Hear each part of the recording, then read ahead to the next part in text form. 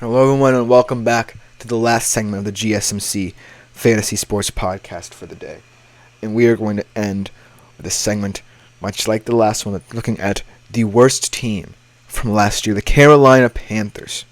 Now, why would I be presenting this to you if I believe the Carolina Panthers aren't necessarily going to improve as much? Well, when you're the worst in the league, you're kind of fun to bet on, because everyone likes betting on the underdog. Everyone kind of likes, the nature that they can be worse than last year. And so there's a lot of hope and optimism when you're the worst team in the league, and there's a lot of hope and optimism in terms of betting odds because you're more confident, say, betting the under on the worst team in the league than any other team in the league. And so let's talk about the Panthers for a little bit. Now, obviously, last season was a dumpster fire. Bryce Young did not look comfortable. His skill position players were not getting open. They thought that Adam Thielen would be a nice pickup. Definitely underwhelmed. Jonathan Mingo had a very rough rookie season. And it's just not necessarily gelling. But this season looks a little bit more hopeful. They add Leggett to this offense. They add Canales, a QB whisperer, to their coaching staff. And now things are looking up for the Carolina Panthers. Not as far up as some other teams, but, the volatility of the NFC South can, get them going a little bit. And so I'm going to say that the Panthers are definitely going to be a little bit more volatile in terms of betting odds than you think. They're not going to be this confident, they're definitely hitting the under kind of feeling to them this year. There's an aura of optimism rising in the Carolina Panthers that they can be better. They want to overcome last season, erase it from their memories, and have it be a turning point in the history of this franchise to get back to being a team that can compete at the highest level. So let's start off with their win total. Right now they're at 5.5 wins for the over-under. And I'm going to take the over. And minus 115, that's not a bet that feels like you're kind of pushing it a little bit. That's a bet that could happen. And I'm not saying the Panthers are going to magically win like 6 or 7 games here. But like I said, the NFC South is volatile, man.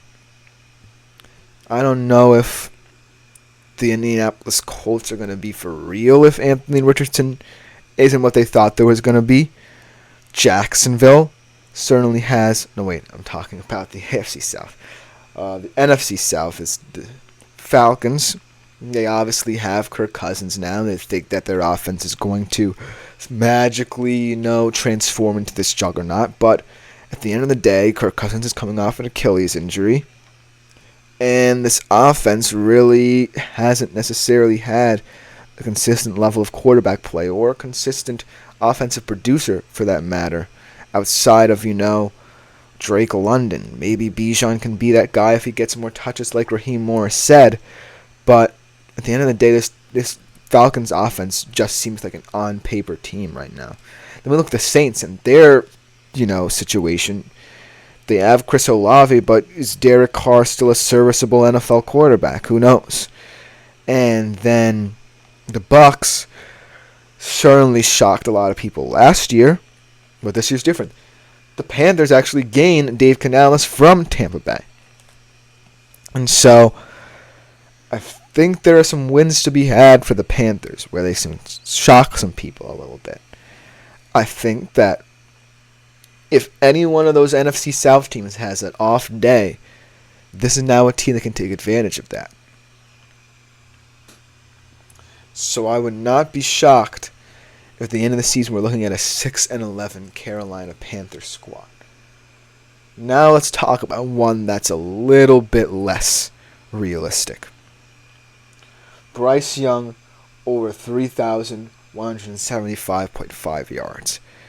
Now, considering the fact that he added a weapon, it's safe to say that, Bryce Young should feel a little bit more comfortable. But I can't erase from my memory the fact of how uncomfortable he seemed in that transition from the college football, where he was one of the best in the game, to the NFL. I think a safe place to start off with is around, say, 2,700 yards, maybe 2,750.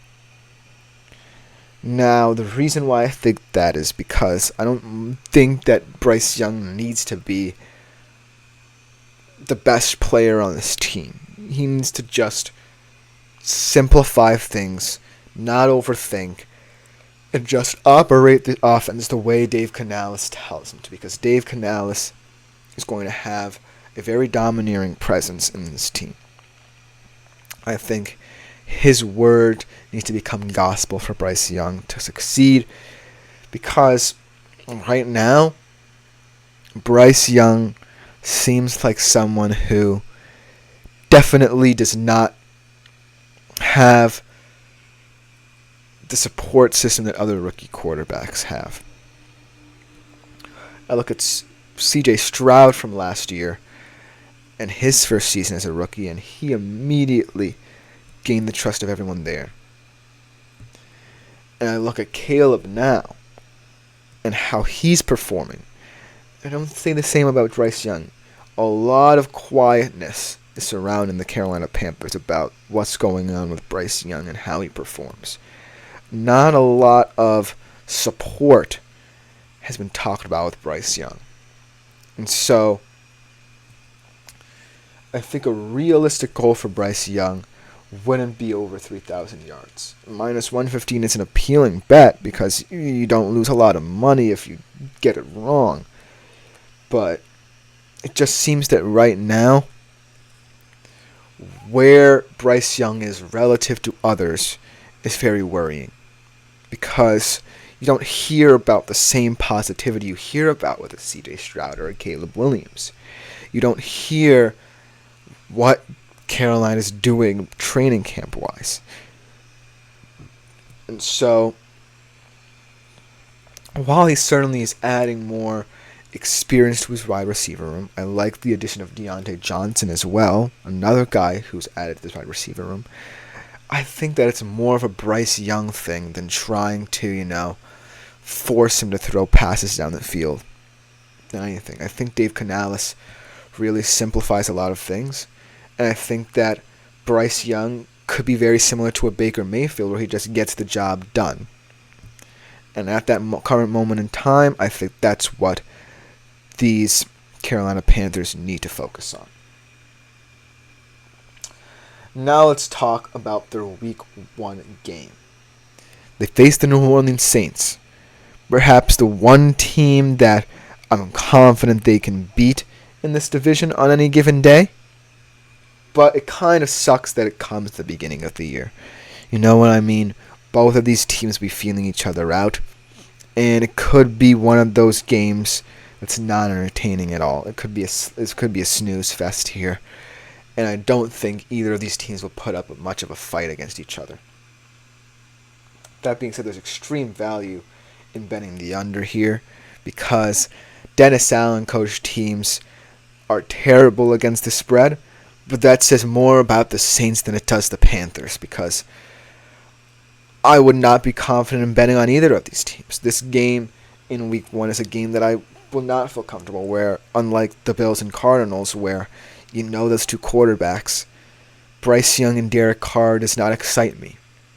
And this coaching matchup definitely feels very interesting, where you have two guys, Dennis Allen and Frank Reich, who aren't necessarily the most exciting of coaches. I think it's all going to come down to Dave Canales. That's the thing.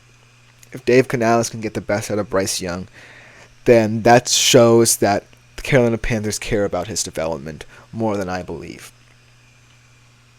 But as of this moment that I'm talking to you, not hearing positive or negative things out of Carolina's camp is worrying. Because the strides that Bryce Young takes are going to be very important to hear about rather than see. Because he needs to develop a good rapport, not just with his teammates and what Dave Canales thinks about the outside world, so that a different image of him can be painted. Because I think that will negatively impact him if he performs poorly. And so, when I look at the Carolina Panthers, I look at them as a team that right now has a little bit more hope than they had last year. But just a little bit, because I can't necessarily get fully behind a team that's so secretive about what they're doing with their quarterback. In terms of prop bets, it's always fun to root for the underdog, but this underdog certainly is going to be one you're going to have to grow into the season with. And that's all I can really say. But that will just about do it for today's show. Thank you guys for tuning in. I've been Christopher Shepard. This has been the GSMC Fantasy Sports Podcast, brought to you as always by the GSMC Sports Network. Please like, follow, and subscribe to the show. Leave a tip or donation at the link gsmc.cloud. We will be back better than ever tomorrow with another show. Thank you guys so much.